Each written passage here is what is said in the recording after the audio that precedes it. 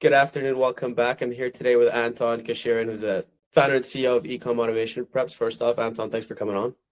Thank you. So to get started, I always ask the same question, right? So I'm sure as a 10-year-old growing up, you didn't imagine being in the logistics space, right? So how did you ultimately get into the fulfillment industry? Yeah, of course. So when I was 13 years old, I started selling just basically generic things on eBay. We were reselling phone cases, phone chargers. It was something very basic that I was just buying off of Alibaba and AliExpress, and I was trying to just make a little bit of money. It turned into something more interesting where we started developing our own Shopify stores at Amazon. We started reselling on Amazon, and we were doing the wholesale model on Amazon. So we were not a private label brand. So when we started doing that, we reached revenues of over $1 million per month on Amazon, and that was doing great. And we had a warehouse that we were utilizing, and we had some friends in the space that needed Amazon FBA prep as well. They didn't want to get their own warehouses, so we kind of onboarded them as their clients, and that's how we got into the 3PL space. We started off by doing Amazon FBA prep, and this then spiraled down to the same customers needing direct-to-consumer fulfillment. They needed to do some kitting, bundling. We had some subscription box companies that we worked with, and that's kind of how we grew to be a full-size 3PL. Osman, how long have you guys been in business as a full-service 3PL? So we have started during COVID in 2021, which is when we actually started to onboard clients outside of our friends. We started doing Amazon FBA prep for other clients starting 2020, but as a full-service 3PL, we started operating in 2021. Awesome. And I mean, so I saw on your website, you guys also have, first off, you offer a wide array of value-added services, but also have, a variety of different certifications. What does that process look like as a business owner? From starting from scratch, deciding, okay, what services are we going to implement? What certifications may we start picking up? How does that look like from a founder? Yeah, of course. So for every single type of business, it's going to be different. So some certifications, some businesses, some brands do not require any certifications whatsoever. But then there are companies that we have, for example, 3 different coffee brands. All of them require warehouses to be FDA registered. So at first, our warehouse was not FDA registered. We got a client that needed an FDA registered warehouse. So for us, it was not a problem since we are kind of a smaller company. We're able to adjust quickly to all of our customers' needs. So we got our warehouse registered, and we were able to do that within, I believe it was less than 14 days. Same thing that we did for hazmat registration. So we had a client at a time that needed hazmat registration. We weren't really doing much hazmat at all. And we had a great opportunity with a client to start off doing it. And that's how we got into registering our warehouse as a hazmat registered warehouse as well. Okay, so would you say that being a smaller facility gives you that flexibility to kind of get more done in a shorter time frame? Yes, that is correct, especially because our management team is very lean, so we're able to move up and down as fast as possible. So that's the same thing that happens for a lot of brands that are worried about working with us, saying that, hey, you guys might be a little bit too small. We only have about 20 people full-time that are working, and that includes the warehouse guys. On the back office, we only have full-time 3 guys. So everything is run by a very small crew, but whenever we have surges in volume, peaks, or anything like this, we're located in South Florida. It's very easy to find temp labor, contract labor. So we have never ran into a problem. When we are not delivering on what we promised. So based on that, we create all the SOPs for our clients. So we know exactly how to train people that onboard, so people know exactly what they will need to do once they're here. So onboarding people as volumes go up, it's not ever a problem for us. Okay. And in terms of your actual customer profile, what is, your ICP, if you will? I know you do a lot of, you really specialize in the D2C fulfillment space, but in terms of, the industries that they operate in, what is really your kind of bread and butter, if you will? No, of course, yes. So we operate lower SKU volume profiles and lightweight items. So lightweight, I consider below about 10 pounds per item, and fast-moving products that are not sitting on the shelves for years. So we try to not onboard clients that are just looking for additional storage space and things like this. We specialize in fast-moving products, and we are really competitive on price on all of those sectors. So the faster moving your product is, the lower the price we're going to be able to offer to you, because we're trying to stay as competitive as we can. And given the fact that our company is very lean in terms of overhead expenditure, we're able to either, like I said, handle clients that are doing 100,000 orders a month, or we're able to handle 300 orders a month, all within the same building and extremely rapidly. Okay. And in kind of communicating that to customers, I mean, you often think of it as a spectrum between quality and price. How are you able to communicate both to the customer? Is it a very intensive process to where just, I guess, from the initial discovery to actually, bringing the goods in the warehouse, what does that process look like for you guys? Yes, of course, and that's the thing that we want to make sure always, because as you understand, the lower the price, the worse the service is going to be, and that's where we kind of try to find a balance of what the customer expects and what is being delivered. We always want to under promise and over deliver. I almost said it backwards, but I caught myself. There you go. So that's kind of the thing that we want to do. We want to make sure that every single client is very satisfied with our services.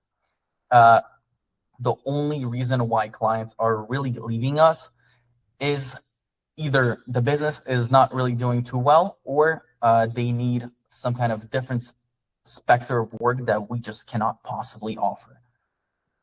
So in that term, we have kind of a very high retention rate and very high customer satisfaction rate. That's something that I want to make sure to keep track of every single client. No matter how small or how large you are, you will be treated the same way at our warehouse. We want to make sure that dock to stock is within 24 hours of receiving the product. So everything that is received same day. If we integrate everything beforehand, which I really try to do for all of our customers, but some customers just don't want to integrate before their products arrive in here. And if we integrate beforehand, we'll be able to get you live and shipping out your orders same exact day. Okay, awesome. And I want to go back in time to you being an e-commerce seller, right? Was there any kind of main lessons that you took actually from the way that you were doing business and applied it to actually running a 3PL? Something that many 3PLs may not ultimately focus on as they're building. No, of course, having the experience as the brand itself, as a reseller as well, I actually understand kind of the pain points that everyone has to deal with, and that is a way that we kind of differentiate from just the big box 3PLs. I'm not going to name any names, but we all know them.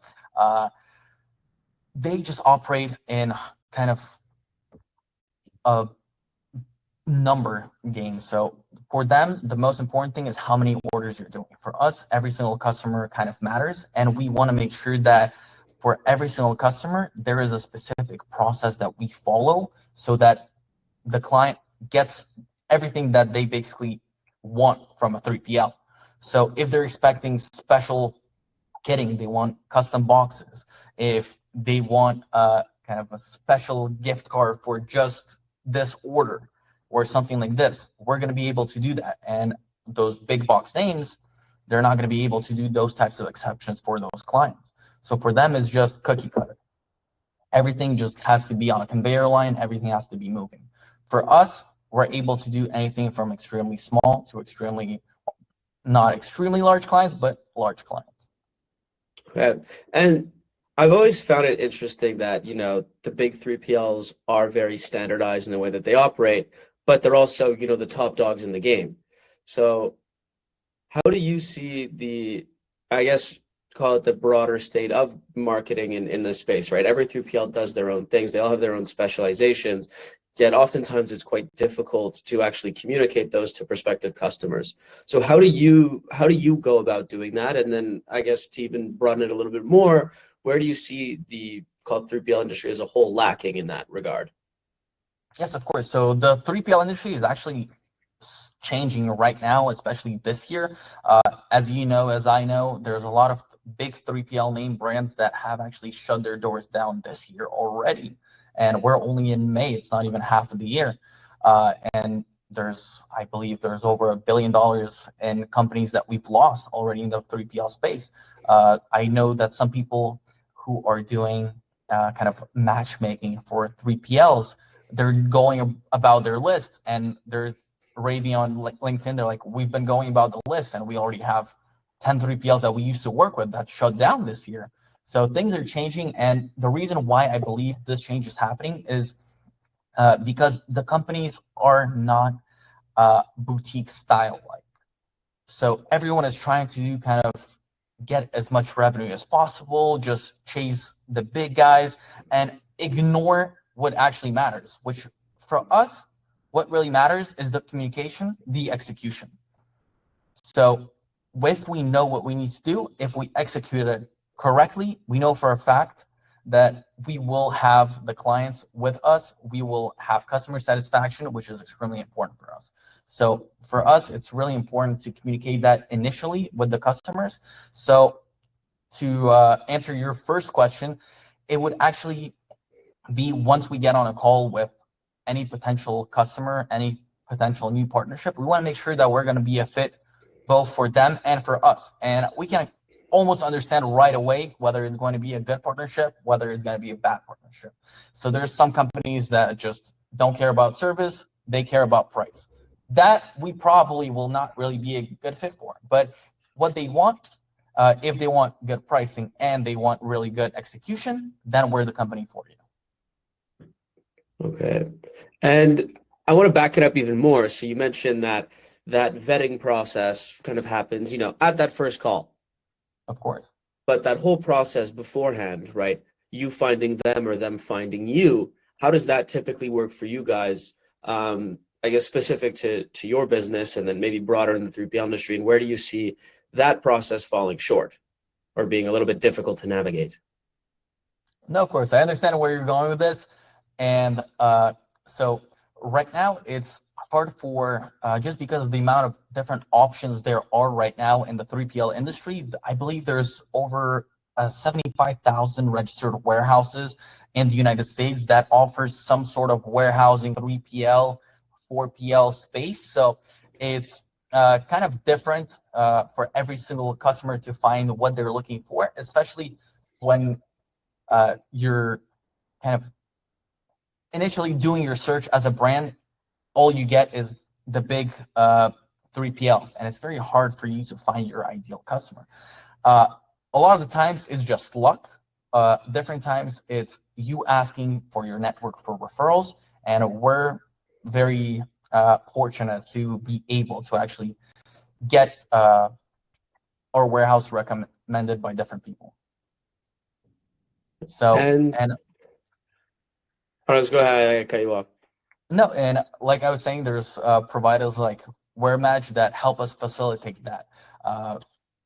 And they really help us with creating the RFP process. And appreciate the shout out. Yeah, and talking to the brands, getting, we haven't been with WearMatch for that long, but everything has been really great. And you guys have helped us a lot in terms of the RFP process, actually kind of scouting, making sure that the brand would be a fit for us. For sure. And I want to, I guess more so we go looking at it strategically, right? So you mentioned the fact that, when you go and search on Google or you go and typically for a brand, like you go on Google, you're finding all these big companies, right? It's difficult for the smaller player to get found. So on your end, is it something to where you're less so focusing on attracting so many new customers and more so focusing on retaining your own customers and ultimately growing with them as a source of revenue? Yes, of course. That's definitely one of the goals that we have. And for us, we do not need to attract hundreds of different customers every single month. to be in business. We need to attract the right customers that will be with us for the long term. And luckily, that's what's been happening with us. So if we look as a kind of the whole industry, everyone has a kind of a different business model. We're all here to make money in the long term, but we want to do it correctly. We don't want to be a company that will overcharge you for services just the first month and then the client churns. We want to make sure that we give you the right needs for your brand, and that's how we will actually retain you for a very long time. Okay. And is there a process, in working very proactively with them and using, not only their historical shipping data, but, saying, okay, this is where you guys are strong, this is where you guys are weak, maybe looking into different ways to package goods or different ways to prepare your order, stuff like that, to where it's more so of a very proactive relationship? Yes, of course, that is very true. And it's also, there's a thing of actually utilizing different carriers for different routes, different packages and things like this. So that's something that we always keep an eye out for. And every single customer has kind of a different standard of how they want everything to be shipped out, sent, and we try to minimize those costs. So for example, there's carriers like, let's use DHL as an example.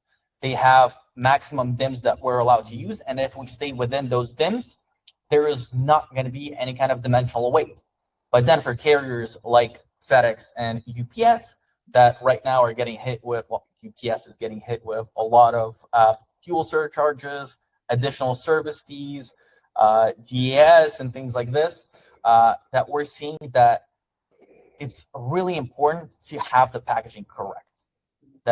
Because if we over-dim the packages, if we don't put them in the right boxes, everything's kind of going to go bad. Because you probably know this, you've been ordering probably on Amazon some products, and that's what we've experienced before, at least me personally, when I order a small case of headphones like this, and it comes in a box the size of probably my desk. So that's something that I do not understand how they do it, but for us, we want to make sure when we receive all the items into our warehouse initially, we actually weigh and dim every single item, and then we proactively understand kind of the order profile. That's why we, most of the time, we ask from the customer historical shipping data that would have weight dimensions, and then we ask for the product dimensions. So once we have that kind of information, we can understand whether the packaging is good, the packaging is bad, how we can actually reduce the cost in terms of packaging, because of course, the same thing goes for cost. The bigger the box, the more expensive the box. So the smaller the box that we're able to utilize, the less the items will actually flop around inside of that box, and we're going to be able to reduce costs for the customers. Plus, for us at the warehouse, the smaller the box, the easier it's going to be to pack. So it's a win-win for both the client and for us as the warehouse. Okay, and I would like to stay on the topic of pricing. So, when you price out a customer, when you quote out a customer for a project, right? It's most of the time it's based on historical data. It's based on an estimated, a project scope. But in practice, that may change. Maybe they go viral. Maybe their seasonality forecast was way off. So how do you as a 3PL kind of forecast that? Is there a way for you to I don't know if contingency is the right word, but essentially model, this may be the high end, this may be the low end, and ultimately what adjustments would need to be made in order to, keep the business running? No, yes, of course. And that's something that we look in. We kind of do an analysis with our clients every 6 months to make sure that we're kind of doing all the work that we need to be doing. We look at the satisfaction of the customers very deep in terms of pricing, whether we need to make any changes. The same thing happens for shipping costs. So we do an analysis with the customers. Internally, we don't do it every 6 months. We actually do it every single invoice. So we want to make sure that everything is being done right on our end. But with a customer, we get on a very long call to make sure that everything's getting done correctly. And we try to optimize everything with them, and we try to tell them exactly what we've done every single month in terms of actually doing adjustments, things like this. Then there's adjustments that no one kind of really talks about, and it's inventory adjustments. So we kind of make sure to track historical data of sell-through rates. We make sure to see how much the customer is actually selling through, how many pallet positions are at our warehouse for longer than half a year, because money that is sitting on the shelf is not money in the customer's pocket, and we want to make sure to optimize that as much as we can for the customer, so the customer does understand that we're not just a service provider, we're a partner with this. Sure. And over time, you always hear we're an extremely relationship-based industry. Of course. Right? Was that something that you kind of had to learn over time, starting your business as to where it is today, of how important that relationship building really is? Yes, of course. And that's, to be honest, something that I've been only trying to master the past couple of years, because at first my expectation was this was going to be a service-based business. Kind of people are looking for this product and this service, and if they receive what they want, that's going to be it. That's going to be their decision. If we can have a good price, we can give a good service.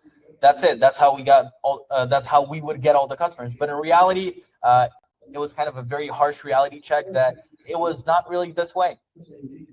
And if people do not trust you, they do not know you, you don't have any customers that you worked with previously, it's going to be hard to finding the right brand. We were realistically, we were unprofitable for the first 2 years of us being as a 3PL, because those were the things that we were not really mastering yet. But luckily, right now we're in a position where I can tell you that we do not have any debt. We do not, we're cash flow positive. So that's a really good thing, being 5-6 years into this business, especially in 2026. That's something that not many 3PLs probably can say. Yeah, that's awesome. And how did that switch kind of like flip for you? Was there like a light bulb moment, if you will? It wasn't really a light bulb moment. I believe it's just a thing of time. So we had to go through the hard times first. And once we've established the trust and the connections with our customers, that's when we kind of were able to get to the next step. Because first, when we started off in a very small warehouse, as it was a 2,000 square foot warehouse, no dock, just a small forklift, one pallet jack, and that's how we started. Right now, we're in a pretty big facility. We are growing. This year, we're planning to grow out of this facility and move into a bigger facility. Hopefully, by the end of this year, beginning of next year, we'll be able to do bi-coastal fulfillment for our clients as well. So our plans are big. We want the trust in our clients. We win it day in, day out by actually being here, being proactive, making sure that we resolve all the problems before they actually happen. But if they do happen, we still resolve them. For example, this week, we actually had 2 loads that were inbound, and the pallets fell off. Basically, every single product was not on the pallet. So instead of just doing a simple pallet in, we actually had to kind of receive a floor-loaded container, if you will. We didn't really have a problem with that. We communicated to the client right away so that they can file claims with their providers. They got money back from the transportation company almost immediately, and we were able to still receive all the goods within the same day. That's awesome. Customer was satisfied, and that's kind of one of the examples of how proactively we work with our customers to make sure that everything's up to their standards. Yeah, your job is to help them go to sleep at night, if you will. Yes, that is very true, and I try to go to sleep as well after that, but that's kind of the whole situation that we're in. We try to solve their problems so they don't have to solve them themselves. That's awesome. And so you mentioned just now that you're planning on expanding, which is awesome. First off, congratulations. How does that process, what does that look like for you in saying, okay, we need more space, we need to move a facility? What actually goes into deciding not only what's the right, location, or what's the right, move, but what's the right building? What do I need to be successful? Yeah, so for us specifically, what we look at is capacity, location, and actually output of a facility, because that's something really important to be as efficient as we possibly can, because the 3PL industry is a very low margin business. So it's not like we're making 50 to 70% of transaction. If you just Google it, Google will tell you that all the 3PLs run on about a 15% margin. And that's what we need to account for as well. So for us, really the biggest and most important thing is that we can get the most amount of usable space out of facilities. So for us, the next move right now, we're at about 30 feet of space up. We found already spaces that can go to 40 feet up. So like this, we can utilize the same square footage. Well, we're expanding our square footage, but let's say if we weren't, we would actually have an additional 10 feet of height that we can utilize to store more product. But we are looking to make sure that the facility is going to be large. We are only looking at grade A facilities. So we do not want to be in an old building that doesn't have the newest technology. Because, for example, our building was built in 2020. It's a grade A, fully sprinkler ESFR. We have a technology as well that actually, since we're in Florida, it's more relevant to Florida, but our roof, I don't remember the correct name of it, but it's a special certification of a roof that does not allow the warehouse itself to overheat. So even without having a temp control being ambient, our warehouse doesn't go and just become a sauna. Okay. And the notion of, you move into a new building, you have to get all of the equipment. Does that same process apply to all of your certifications? I would assume so. Yes, that is correct. So we would have to get our warehouse certified completely from the beginning, but that's not a problem for us. Like I mentioned in the beginning, we did it pretty quickly for a customer that needed it. We'll do it the same way that we need to move into the new building. Plus, when we had our first move, so when we were moving from the 2,000 square foot to 10,000 square foot facility, right now we have two 10,000 square foot facility and actually additional storage that we can use. So technically, if we account for all the square footage, we have a partner just warehouse. They're not a 3PL that if needed offsite, we can use an additional 300,000 square feet of space. But moving from the 2,000 to 10,000, we did it in 2 days. Yes, I understand that moving from our size to, let's say, 50,000 or 100,000 square feet, we're not going to be able to do it within 2 days. But I still, we did the planning already, and we'd be able to do a full move in less than a month. And our clients would not notice it because we would, of course, continue fulfilling from this location. And any new inventory, we would put it to the new warehouse, and we would make sure that everything is, once again, to the standards, to the customer's liking. And we want to make sure that there's no downtime. So we would do the moves either at night or something like this, where it wouldn't affect the customer itself. That's smart. That's why I never thought of it that way. Because at the end of the day, we're still got to go out, right? No, of course. Yeah. No matter what, if it's a Monday, Mondays are usually the heaviest days for a warehouse. And then we want to still be operational on Tuesday. The orders still have to go out. The customers bought the orders. They want to receive them. And that's something that I always emphasize in all of our trainings to our staff, that do not pack these orders like it's a job for you. Pack these orders like you're the person receiving these orders. And same thing goes for Amazon FBA prep, because Amazon FBA prep can kind of get dirty at times because Amazon has very different requirements for every single different product. And we want to make sure that the customer that's receiving the product is still receiving the best experience when they're opening up their package, because it's their hard-earned money that they're spending on the product. The brand wants to keep basically the best image they can, and we're here doing the work. So if the brand's image kind of is hurting, our reputation is hurting. So how do you go about kind of communicating that to all of your employees? Like, how do you get them so bought in as their founder, as their boss, if you will? Of course. So it really depends. You have to look at the psychology of each and every single person. So there's different motivational factors that we can give into employees. For some people, it's very important to get raises every single 6 months. For others, for example, it's not the most important thing. But we, of course, we have a policy where we have a raise every 6 months. That's kind of why I mentioned it. But the longer that you work with us, the more money you're going to be able to make with us. And then as well, we have different teams. At first, we kind of have a McDonald's model. So when you start, no matter what, you will have to be a line.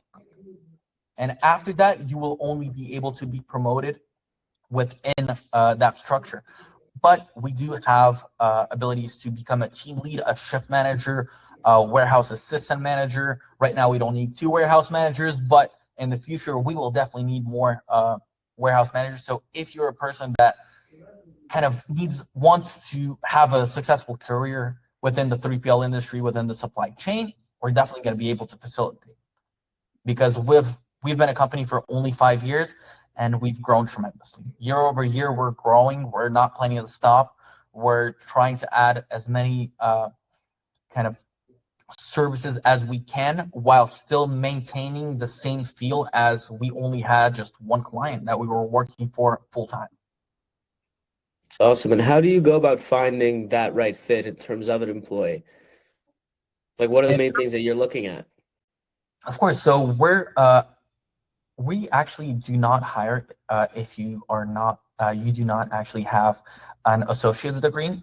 So if you have just finished high school, that's one of the things that people don't really look, but it's what has been what's been working for us. We require a certain amount of education to be able to work with us, even as a packer, because the faster you'll be able to understand something, the better you'll be able to do it. So for us, when we're onboarding any new employee, we are giving them about 2 weeks period, whether to understand it, whether we're going to be a good fit for them either.